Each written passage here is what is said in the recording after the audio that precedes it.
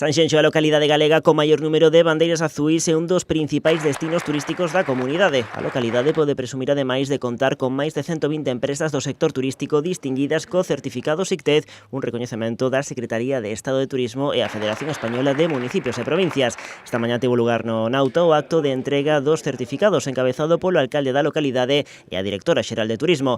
Nava Castro salientou que Sanxenxo incrementou nun 25% o número destas distincións na última década, demostrando que o destino está consolidado no sector. Orgullosos do traballo que se ven facendo dende Sanxenxo, dende hai moitísimos anos, sobre todo tamén a parte privada, ¿no? Que son quen, ao final, de esforzarse e de poder recibir estas distincións que o que falan é de Sanxenxo con criterios de calidade. O alcalde de Sanxenxo quixo salientar o traballo feito na última década. Telmo Martín puxo en valor o modelo turístico da localidade, pero tamén aproveitou para fixar un novo reto, desestacionalizar o sector. Eu creo que a gran oportunidade de Sanxenxo está nos outros 8 meses, xa os meses de abril, maio e outubro do ano pasado. Sanxenxo superou en ocupación a cidades como Vigo e a Coruña, por lo tanto creo que aí onde temos que potenciar, si cabe, e desde o Concello colaborar máis para poder alargar a temporada. Unha das claves é a difusión do destino turístico no mercado peninsular. Esta mañá, aproveitando o acto, tamén se presentou o novo vídeo promocional da localidade. Este vídeo que tratamos é desas persoas que basicamente son da Península Ibérica, non?